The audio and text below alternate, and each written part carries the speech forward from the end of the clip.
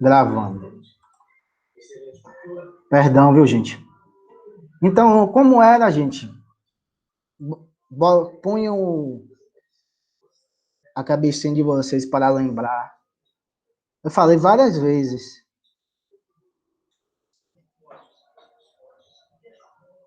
Como era a organização da produção econômica, né? Elas tinham, melhorando a pergunta, qual era o objetivo principal? Qual era a finalidade? Hein, Camila? Alisson? Fala, gente. Não tenho medo de errar, não. Ninguém vai crucificar você. Repete a pergunta, por favor, professor. Qual era o objetivo da produção econômica no feudalismo, por exemplo? O objetivo principal. No feudalismo, acho em tudo, a sobrevivência. Sobrevivência, né? Ah, é como você está sabendo. Viu? Sobrevivência, né? Sobrevivência em que sentido? O objetivo era principalmente atender necessidades daquelas próprias pessoas. Né? Aí você vai falar para o professor, mas a gente aprendeu história que tinha um comércio tal, que não era exclusivo. Sim, não era exclusivamente. Ok. Não era exclusivamente. Tinha, e principalmente no processo de desintegração, né, do feudalismo, o comércio cada vez mais era mais importante, mas havia a produção para o consumo, principalmente. Por que principalmente? Vai ser uma das origens da crise do capitalismo, vai ser essa mudança. Então, todos os outros, eles tinham como objetivo, principalmente, atender as necessidades sociais. Né? Aí, desde aquele momento que nós expusemos sobre a produção de excedente econômico, ou seja, sobre a produção de uma riqueza superior ao consumo da sociedade, que é o ponto de partida para a possibilidade de surgir as classes sociais. Né? Mas, mesmo assim, enquanto se produzia excedente econômico, muito em consequência do próprio desenvolvimento técnico, que não ajudava muito para a produção de um excedente cada vez maior, aquelas sociedades, ainda assim, tinham a produção basicamente voltada para o consumo das pessoas. Você vai dizer, obviamente, que o consumo era diferente, né? O consumo, por exemplo, das famílias abastadas da classe dominante lá da Roma antiga, era um consumo suntuoso, né? Era um consumo de luxo, tal. E o dos escravos, não. Obviamente, porque eles eram escravos. Mas mesmo assim, né? Normalmente você vê lá nos nobres lá da Europa medieval, o consumo deles também é um consumo suntuoso para padrões da época, né? E o dos servos, não. E depois do processo de colonização aqui, ida para a Grécia, né, para a China, os impérios incas, maias, etc. Tal. Aí por que diabos nós estamos falando isso? Desculpe os termos. Por quê?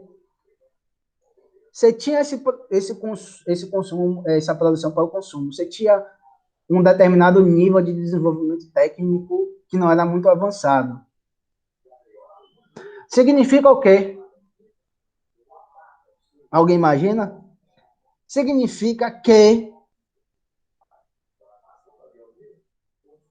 as crises econômicas daquele período era consequência desse, vamos dizer assim, desse incipiente desenvolvimento tecnológico daqueles períodos históricos, assim como a influência de fatores externos vai ser muito importante. Bora, Camila e Alisson, bora aí, me ajudem, Ellison também, Giannini. Bora, me ajudem. E Robert. Bora lá? Me ajudem no sentido de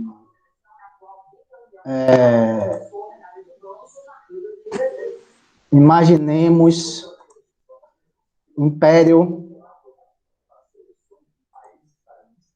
vamos dizer, na Mesopotâmia. Vocês imaginaram? Aham. Sim.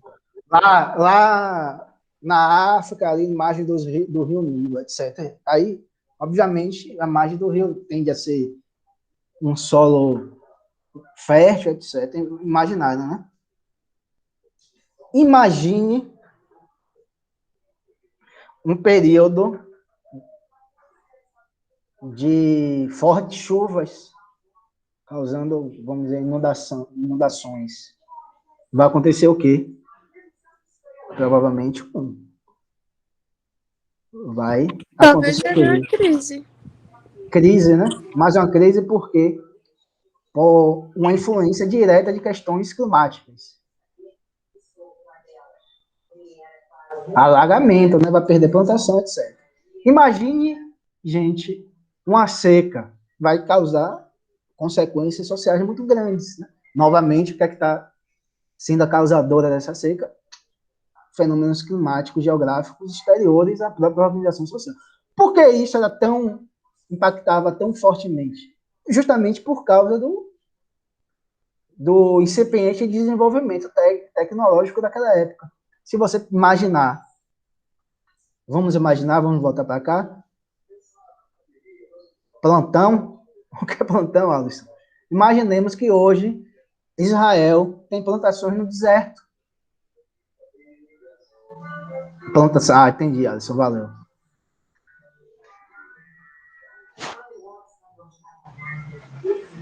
Também isso, mas isso era outros fatores. Tá certo, Alisson? Tá falando mais a influência que, por exemplo, elementos climáticos tinham no processo de crise. Ou de revoltas também, etc. Mas ficamos só nesse processo desses eventos climáticos. Né? Então, hoje Israel tem uma agricultura extremamente desenvolvida no meio do deserto. Como é que pode? Hã? Seria imaginável isso vamos dizer, lá no Egito Antigo? Não. Obviamente que as questões geográficas, climáticas, etc., têm um peso muito grande, mas elas são compensadas com um processo de desenvolvimento que hoje em dia nós temos, tá certo? Então, você imagina lá, você poderia ter inundações que ia prejudicar as plantações, que ia ocasionar fome. Você tinha secas nesse sentido, possibilitando isso também. Tá certo? Você tinha alguns tipos de pragas, né? Por exemplo, a praga de gafanhoto. Milhares de gafanhotos foram lá, mataram toda. Tinha isso. Né? Recentemente, vocês viram aquela questão da nuvem de gafanhotos que estava lá na Argentina, etc., que poderia causar um estrago muito grande nas plantações e tal. Mas não chegou, porque a própria humanidade, dado o desenvolvimento dela, né, tem mecanismos de evitar. Nem sei como evitaram, se foi uma coisa natural, tal, mas havia vários processos de tentativa de que, se ela realmente fosse em direção às plantações, de desviasse, ou sei lá, matando, ou tentando desviar o caminho da nuvem de gafanhoto, etc. Então, você tinha esse problema. Então, as crises econômicas, você tinha isso. Então, uma crise de muitas chuvas, uma crise de muita seca, uma crise de praga, ou, por exemplo, o gado teve algum tipo de doença que se infestou lá, ou a galinha, né, algum tipo de plantação de galináceos, sei lá, de cabras, de ovelha, etc. Então, isso é sinônimo de crises econômicas, que poderia virar crises sociais, etc. Ou poderia significar, em última instância, o desaparecimento de determinado grupo social que enfrentasse aquele tipo de seca. Poderia, era um dos fatores, né? Poderia, sim, né? Não sei até que ponto isso se efetivou, né? Porque o desenvolvimento técnico foi muito, muito lento ao longo da humanidade antes do capitalismo. Né? Então, você tinha isso. Né? Grosso modo, né? Qual é o ponto central? O ponto central é que, muitas das vezes, essas crises econômicas, naqueles períodos, qualquer que for a razão, quaisquer que forem as razões, estava vinculada à questão da escassez. Ou você tinha outra possibilidade, que havia um aumento da população, só que a produção não acompanhava esse aumento da população. Então você tinha um processo de escassez, né? De carestia. Mais de escassez do que carestia. Né? Então você tinha um processo de que, via de regra, ou quase que exclusivamente, eram questões ligadas à escassez econômica. Faltava comida no prato para aquela população, porque naquele período a seca foi muito severa e afetou fortemente as plantações de alimentos naquele período. Choveu muito, estragou a plantação, não tem comida. Né? A população em determinado período, sei lá, aumentou muito, aumentou mais do que o crescimento da produção. Ou a população aumentou, juntou isso tudo, seca, inundação, crise. Vai ter gente morrendo de fome, etc. Tá? Pronto. Uma da lógica. E aí? Você pergunta assim, e aí? Você está falando disso, você não está falando de nossa realidade, é do passado. Não me interessa mais o passado, a gente quer entender o presente, né? Você quer entender o presente. Tá? Certo. Eu vou dizer, a crise no capitalismo, ela tem origem naquilo que eu falei no início. O que foi que eu falei no início? Como é a organização da produção econômica aqui e agora? No vídeo que eu passei, gente, depois você assiste, quem tiver tempo, etc. Tá uma explicação muito didática e aquela professora é muito boa. Obviamente que, fazendo um parênteses aqui, vocês podem concordar ou não com a análise dela, né? Mas recomendo vocês assistirem para pelo menos ficarem sabendo. Como é a organização aqui? É para atender necessidades? Não é para atender necessidades? Como é que se desenvolve a organização econômica? Hein, gente? Camila falou que era para consumo. Exatamente, produção para o consumo. Não foi, Camila? Hoje em dia, como é que ocorre isso? Hein, Camila? Hoje, além dessa questão do consumo da sobrevivência, é também para uma geração de lucros. Você tá com sono, Camila? Tá? Diga aí, Robert. Como é? Camila tá certa? Fala aí pra gente. Robert? Não quer falar, não? É que eu acho que tem que pensando no geral seria o consumo, mas a gente sabe que nem toda a sociedade segue esse padrão. Vamos raciocinar. O cara que produz o iPhone, ele vai produzir o iPhone porque você vai consumir? Você vai diretamente lá e vai comprar? Não, né? Você compra onde o iPhone? Na loja da Apple.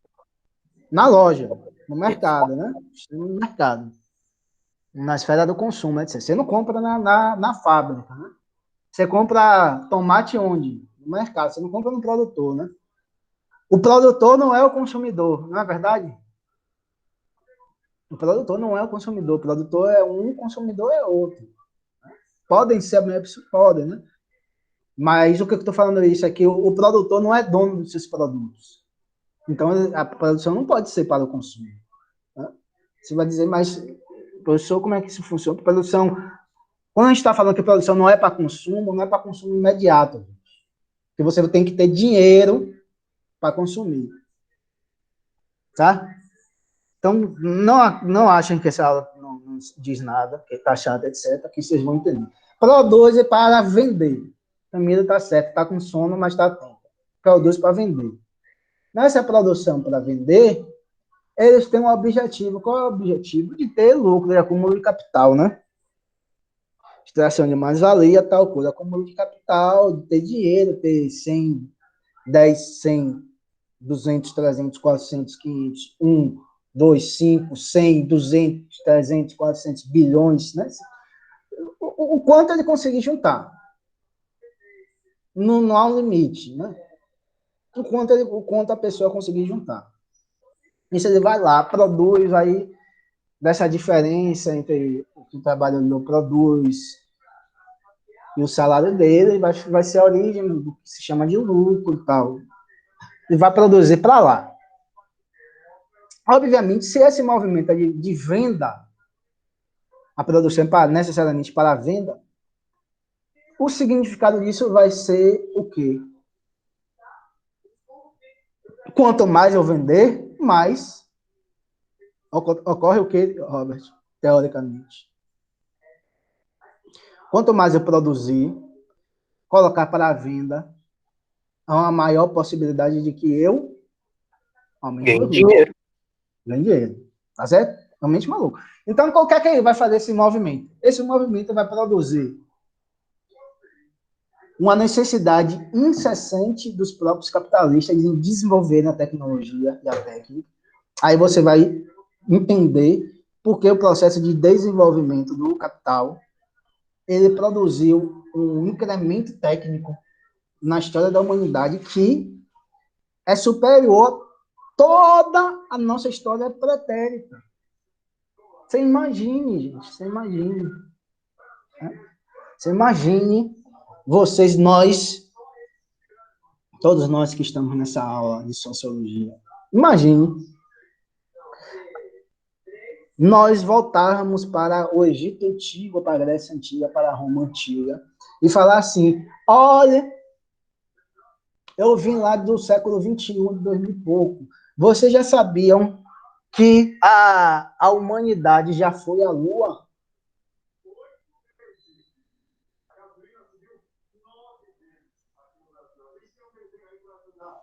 Você já sabe que a humanidade já foi ao espaço?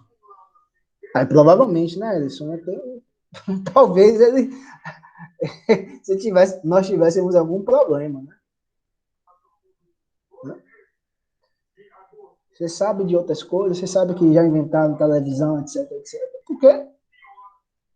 Justamente por causa disso. Ele tem que vender, então ele tem que vender mais qualquer produto que seja o produto, cria telefone celular, cria televisão disso, telefone daquilo. Imagina aquela, exatamente, Robert. Carro disso, carro daquilo, avião disso, avião daquilo, e outras necessidades mais, tal, necessidade de, sei lá, qualquer necessidade.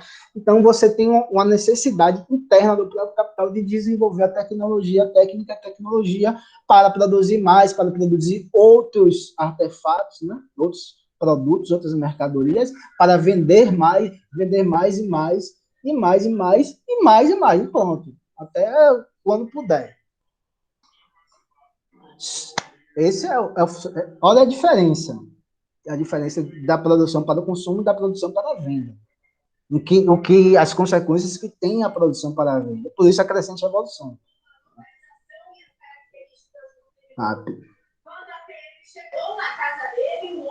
E aí, qual a consequência disso? A consequência disso é que você tem cada vez mais uma produção gigantesca.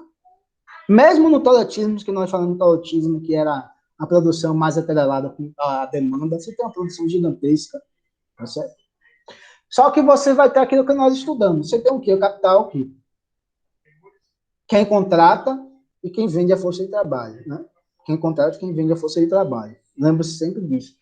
Capitalista, trabalhador, assalariado, proletariado. Que tem sempre isso, essa relação. Nessa relação, você tem um processo de antagonismo. O cara que é dono da empresa, ele quer ganhar mais, obviamente, ele quer lucro. É o sentido da vida para todo mundo. E o cara que está trabalhando, ele também quer apoio. Primeiro, ele quer sobreviver minimamente bem. Atendido essa necessidade de sobrevivência, ele também quer entrar na festa do consumo. Na verdade, ele quer conhecer outro estado, ele quer conhecer outro país, ele quer também utilizar o celular, e há uma necessidade também do próprio capital que ele consuma. Tá? Então, ele quer isso também. Então, vai ser uma relação antagônica, que essa relação não vai ter nenhum tipo de, vamos dizer assim, de harmonia possível. Tá? Nesse sentido, o capital vai querer produzir alguma coisa que aumente a produtividade e o trabalhador vai querer ganhar mais. Né? Dessa questão de produzir mais, né, basicamente isso, ele pode desenvolver a técnica, como falou Ellison e demais, desenvolver a tecnologia. O que significa desenvolver a tecnologia? Significa que a gente viu lá no toyotismo, ele vai construir uma máquina, que essa máquina, não é só para aprimorar não, viu, Ellison? Também é isso. Essa máquina vai possibilitar, ou possibilitou, a substituição de trabalhadores. Lembre-se de uma das características do toyotismo, que é o quê? O trabalhador é polivalente. Ele opera várias máquinas. Um só opera 3, 4, 5. Se não houvesse essa máquina, essas máquinas, essas inovações tecnológicas, iria haver 3, 4, 5, 6 trabalhadores a mais. Seria 3, 4, 5 salários a mais. Tem todas as contradições, mas a gente não vamos entrar nessa contradição. Então, ele desenvolve uma máquina e fala assim, eu não preciso mais de vocês, trabalhadores, porque a máquina é muito mais rápida, a máquina não se organiza em sindicatos, a máquina não enche o saco de todo ano aquele aumento, a máquina não tem necessidades humanas, a máquina não tem família, a máquina não tem nada. Então, 1000 vezes a máquina do que trabalhador. Isso vai, novamente, vai desenvolver contradições, mas não vamos trabalhar isso. Isso significa o quê?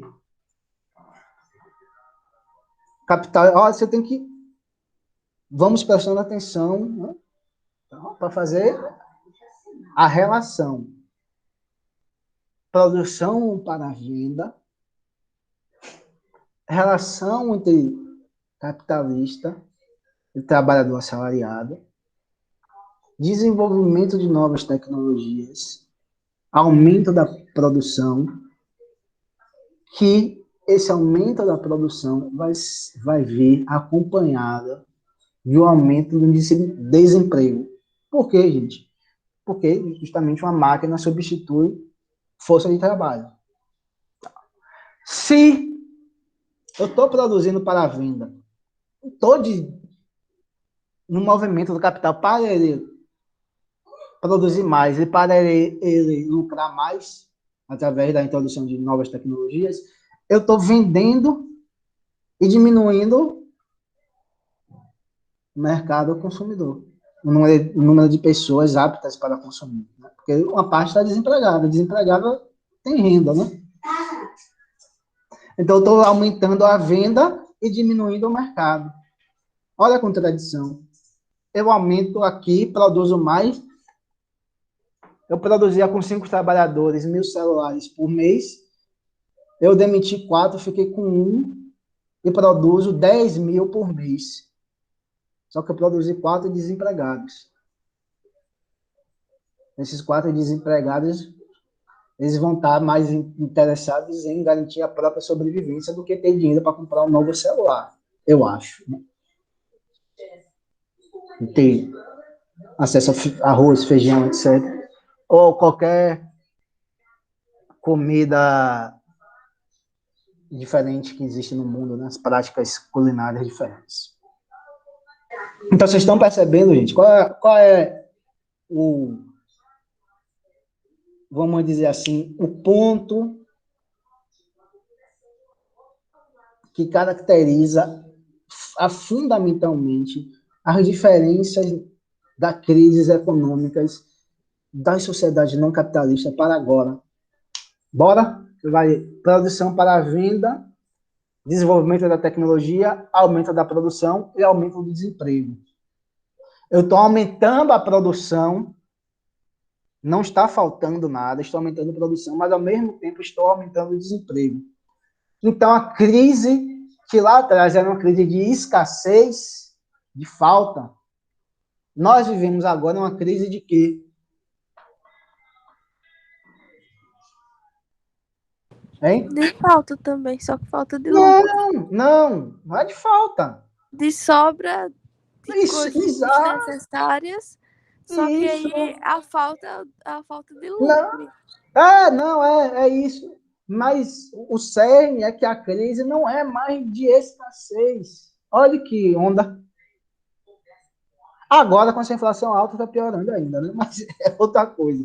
Olha o que o Emílio falou. A crise é de excesso de riqueza.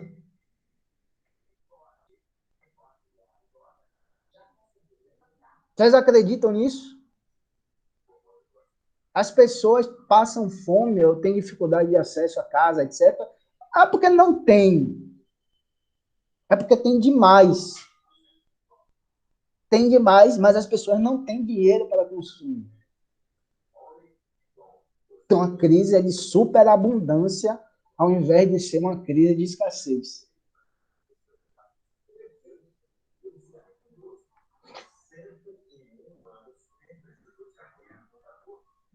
Deu para entender?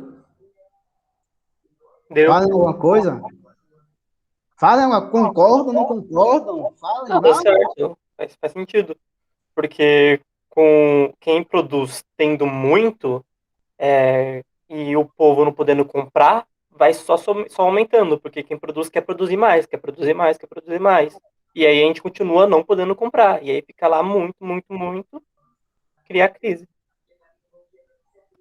Bom dia, Jéssica. E com relação a essa questão fordista, eles faziam, tipo, sem ter uma estratégia boa, porque, como o Alberto falou, não tinha quem comprasse, e eles produziam tudo em massa, tipo, para eles aquilo era ótimo, mas na verdade só tava sobrando, Mas tendo tanto quem do. comprasse. O surgimento do autismo é justamente busca eliminar custo de produção em massa, né? Mas sempre vai haver produção em massa.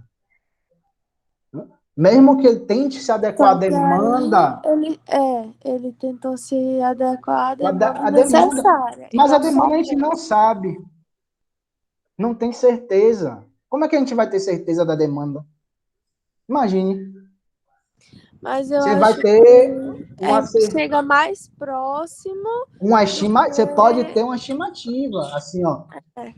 No ano passado nós produzimos isso, nesse ano nós vamos produzir um pouco mais.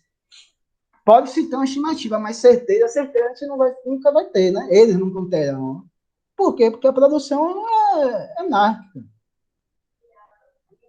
Então, Alisson, Camille, nós chegamos no ponto da humanidade que não falta carne, falta dinheiro para comprar. E o dinheiro para comprar é por causa de desemprego, basicamente. Aqui no Brasil, vocês não estudaram comigo, mas a própria forma como o capitalismo aqui se instituiu, um capitalismo mais exploratório, etc., os salários são mais baixos, etc., então é uma questão crônica, né? Então você tem sempre a questão da linha tênue entre sobrevivência, entre viver e sobreviver, né? Entre você ter algum tipo de bem-estar social e você literalmente ter as condições para sobreviver mesmo, né? Né? Então você tem isso, né? Mas estava pensando, né? Que é a diferença fundamental. A diferença fundamental por quê? Porque ele está lá para vender.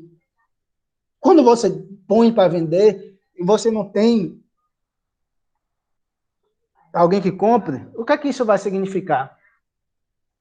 Vai significar que você lá está, a prateleira do supermercado vai ficar lá, os produtos lá, sem ter a venda, sem ter quem compre. Mas a gente, o que eu venho falando, né? Pensando, né? A gente dá aula, tal, etc., né? Porque vocês são de ensino médio e tal. Vocês podem se perguntar, né? Não sei se vocês já se perguntaram, Fala que, pô, professor, o professor fala um monte de coisa aí, mas por que eu vou acreditar na fala do professor, né? E não no que eu leio em outro lugar, eu leio em outro lugar, que me diz em outro lugar, etc. Né? Qual o critério que... Qual o critério que pode corroborar ou não com o que eu estou falando? Porque Robert, Camilo, todo mundo aí, obviamente que tem linhas teóricas que vão dizer algo o oposto do que eu estou falando aqui. Vocês concordam? Não é, Robert? Vocês estão entendendo, Camilo? Vocês estão prestando atenção? Cadê o povo, Camilo? Sim, sim. Alisson? Sim, provavelmente deve ter. Tem vários. Não é Alisson. Ellison também, né? Jamirle. Vai ter correntes teóricas que vão falar o oposto.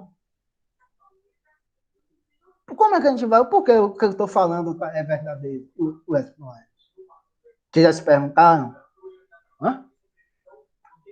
Tem que fazer um estudo. Como a gente falou, aí nós falamos sobre ciência, né? Não sei se nós falamos sobre ciência, é um processo empírico, né? Você tem, por exemplo, um aumento na produção, por exemplo, de carne no Brasil, mas você tem, ao mesmo tempo, uma carestia de pessoas querendo consumir osso. Você tem em São Paulo um fenômeno muito interessante, né? Que vocês têm mais imóveis vazios do que pessoas em situação de rua. Olha que absurdo.